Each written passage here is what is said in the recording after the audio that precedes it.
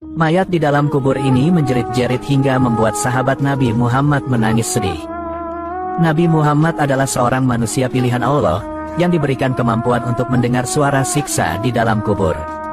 Dalam hadis riwayat Bukhari Muslim dari Ibnu Abbas, disebutkan bahwa Rasulullah Shallallahu Alaihi Wasallam mampu mendengar suara mayit yang sedang diazab di dalam kubur dari dua kuburan yang dilewatinya.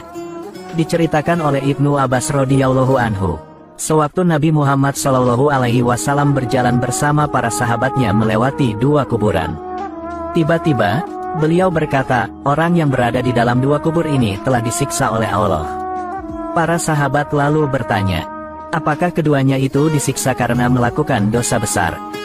Nabi Shallallahu Alaihi Wasallam menjawab, benar, salah satunya berjalan di muka bumi ini dengan suka mengadu domba. Adapun yang satunya lagi tidak pernah menutupi dari air kencingnya, maksudnya, percikan dari air kencingnya itu seringkali mengenai tubuhnya atau pakaiannya.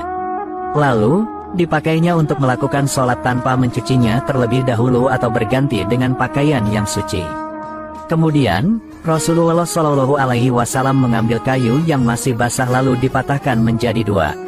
Selanjutnya, beliau menancapkan kayu tadi pada masing-masing dua kubur tersebut seraya bersabda, semoga kayu ini dapat meringankan siksa keduanya selama kayu belum kering. Hadis riwayat Bukhari. Ya. Selain kisah tadi, ada sebuah kisah kubur yang membuat sahabat Nabi Muhammad menangis sedih. Dikisahkan, dahulu sahabat Utsman bin Affan radhiyallahu anhu tengah berdiri di dekat pemakaman.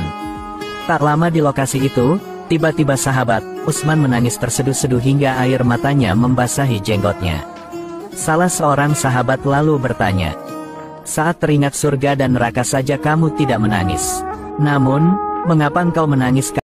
Sahabat Utsman menjawab, aku mendengar Nabi Shallallahu Alaihi Wasallam pernah bertutur, sesungguhnya alam kubur adalah persinggahan pertama dari beberapa persinggahan di alam akhirat. Apabila seseorang selamat di alam kubur, maka alam sesudahnya akan lebih mudah. Dan apabila seseorang tidak selamat di alam kubur, maka alam setelahnya akan lebih buruk dari alam sebelumnya. Inilah yang menyebabkan tangis sahabat Utsman. Ia teringat pada nasihat sang kekasih hati yaitu Rasulullah Shallallahu Alaihi Wasallam. Sebuah nasihat yang amat benar dan membuat siapa yang mendengarkan lalu memikirkannya dalam-dalam.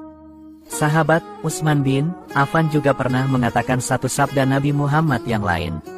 Aku tidak pernah melihat pemandangan yang lebih menakutkan melebihi alam kubur. Dikisahkan juga, dahulu pernah Rasulullah Shallallahu Alaihi Wasallam sedang melewati kuburan yang berisi 6, 5, atau 4 orang. Dalam hadis riwayat Muslim, Zaid bin Sabit menceritakan, bahwa pada saat Rasul berada di kebun Bani Najjar dengan menunggangi keledai, tiba-tiba keledai tersebut menyimpang dari jalanan. Bukan hanya itu, keledai yang dinaiki Rasul tersebut lari dan hampir saja menjatuhkannya. Ternyata, diketahui